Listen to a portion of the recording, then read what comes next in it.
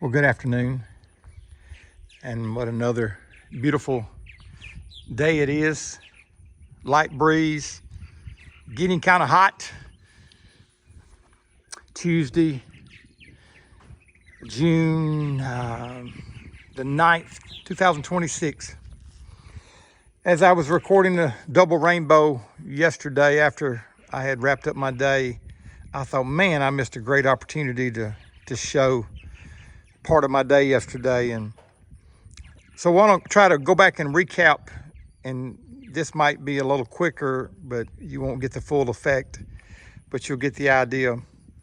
Here on the front of the tractor, actually on a hay fork that I customized, is a 3,500 pound trailer axle, which would be a 5 lug.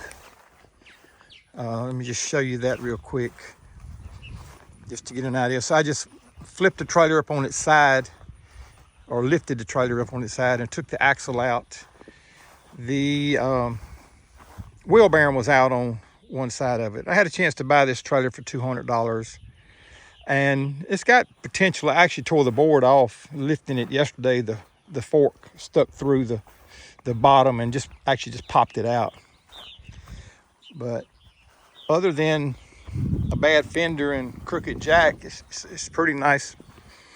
Should be a pretty nice trailer. But as I said, the wheel bearing was out on it when I bought it, and many times people just don't need a trailer no more, or they borrowed it, and anyway, things happen. But I put this on yesterday, and it's kind of a lengthy story, but this was on the end of it right here, and I'll free up my hands to explain it better. The other side, which, to give you an idea of what I did, so this is a 1 foot 10-inch torpedo level, and it appears to be level sitting on the tractor. Now the tractor has to be level to be able to use a level, otherwise you're wasting your time. So I actually pitched the tractor till it was level. Now axles will have a slight bend to it to preload the suspension for the camber, or actually that's probably caster, the location or the alignment of the wheel.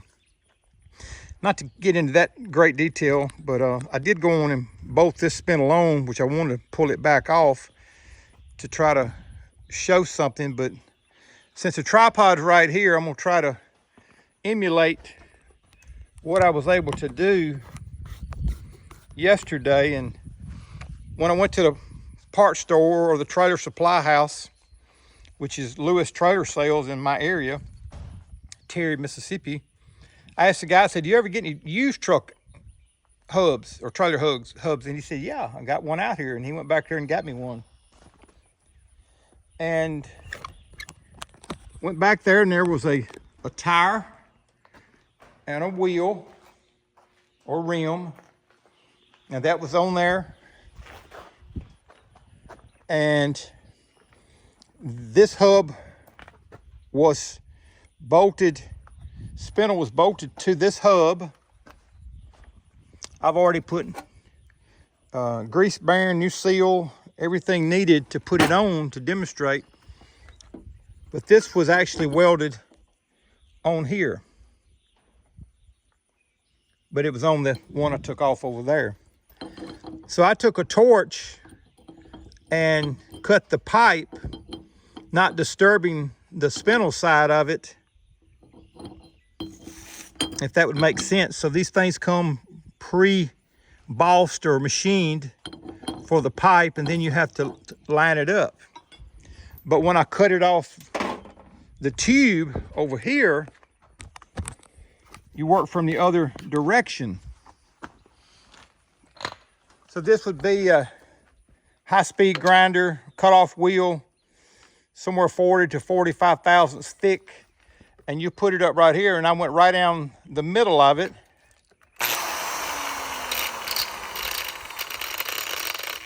and cut the weld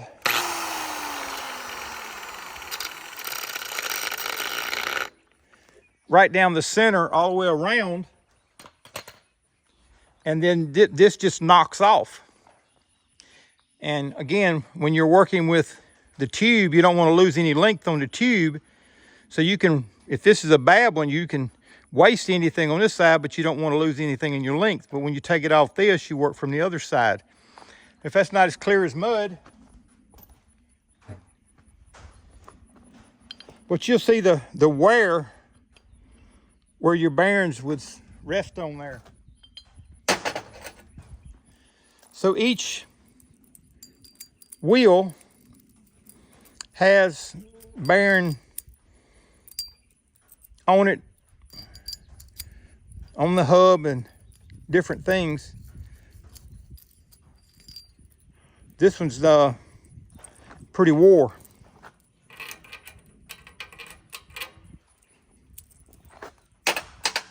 Actually, I picked up a bearing that didn't fit.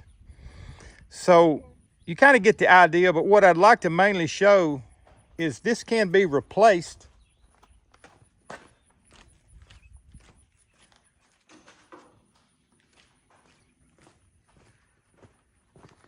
Here's another version of a spindle that someone gave me that will go further up in there,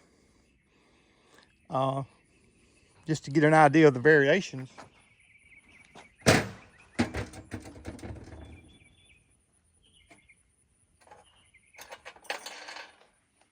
But what I would like to try to demonstrate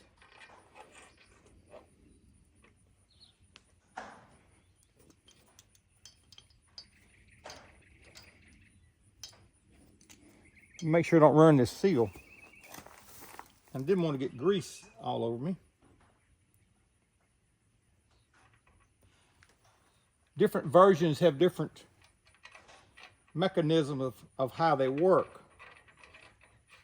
I've never seen one like this particular one here. Let me wipe my grease off my hand.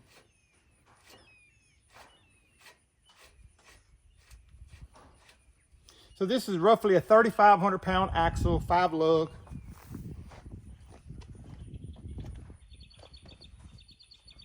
Utility trailer.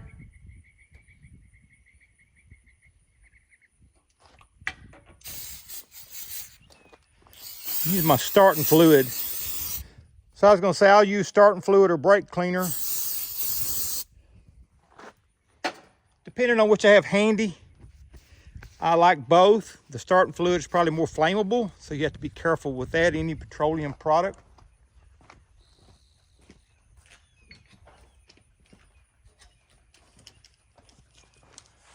So I'm going to snug this bearing by just approximating a little bit of preload. That's more than you'd want on it. But what I want to demonstrate is how I felt confident that I had it straight, meaning in alignment. I don't know if you can see this black level. I'm gonna get it where you can see it here in a minute.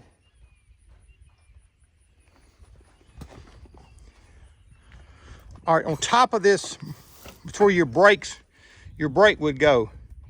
So that's, you know, between the bubbles or between the lines the bubble is. I could get it a little better. There you go. Now the tube is somewhat perfectly aligned. So that's 2 alignments that would then come to this end and show that the brake holder, this would be telling it the spring is parallel the frame or whatever. So you see both levels on the other end. So they're both within the bubbles. The next measurement, or the next, I would say, calibration, is the one that I feel is the most critical.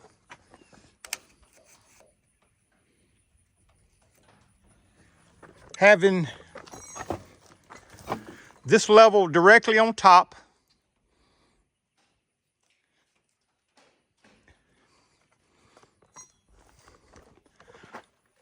in the bubble. Again, the tractor has to be on level ground to achieve this. You can flip a level backwards, and a lot of times if your level is out of calibration, this one's a little off maybe, but it's still in the lines. You're talking minute difference. But what I would like to demonstrate, if I can, is this hub placement. Now I'm going to rotate the axle 360 degrees. Now I don't know if you can see that top bubble, because I can't see it that well through the camera. But as I hold the hub and turn the axle, so now it's completely upside down, but the bubble is still between the lines. Now the spring is directly straight up and down, which would mean going straight down the road, there's a tire track right behind the vehicle pulling it, or the other trailer wheel in front of it.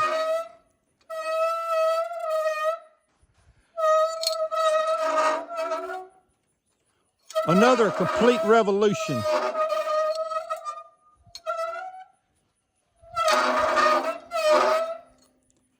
Again, this is the one I put on yesterday. And I thought, well, I didn't check the alignment on the one that was already, that I thought I was going to replace, to see how close it is.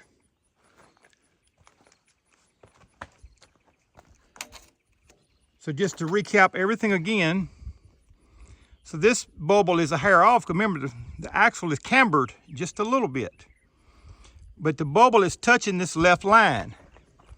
So this bubble is touching, maybe exceeding the left line just a little bit. But watch this one, and this one could be bent, or it could have never been put on perfectly straight in the beginning.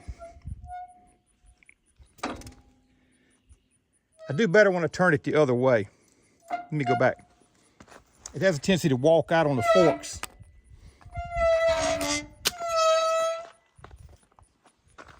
With the paint on here, it's hard to get these levels to stick.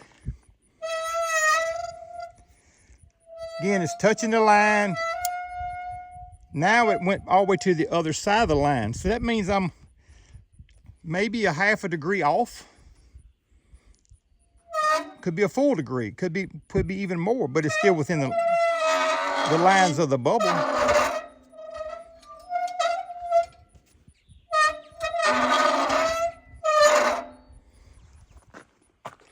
You get the idea,